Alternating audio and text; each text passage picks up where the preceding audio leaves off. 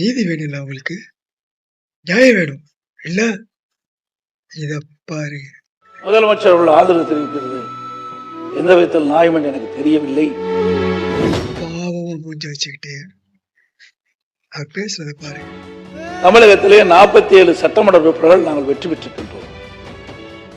அனைத்து இந்திய அண்ணா திராவிட முன்னேற்ற கழகத்தினுடைய பொதுச் செயலாளராக நான் தேர்ந்தெடுக்கப்பட்டு பணியாற்றிக் கொண்டிருக்கின்றேன். முன்னாள் முதலமைச்சர் எடப்பாடி பழனிசாமி அவர்களே, சில கருத்து வேறுபாடுகள் கட்சியிலே வருவது எல்லா இயல்பு, எல்லா கட்சியிலும் வருகின்றது.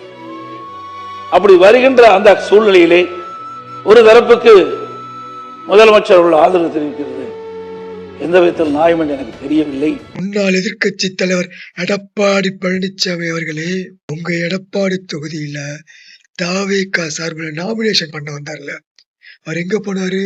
அவர் இதுவரைக்கும் என்னன்னு தெரியலையே.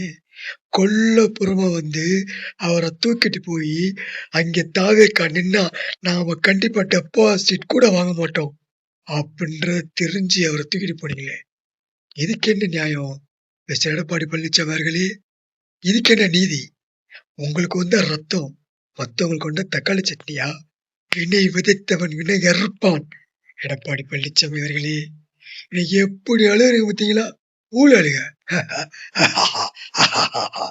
சந்தோஷமா இருக்கு. ஆனா இதுக்கு ஃபர்ஸ்ட் நிதியை சொல்லுங்க. நீங்க சொன்னதுக்கு எல்லாரும் சேர்ந்து நாங்க நியாயம் என்னன்னு கற்பிக்கிறோம் உங்களுக்கு.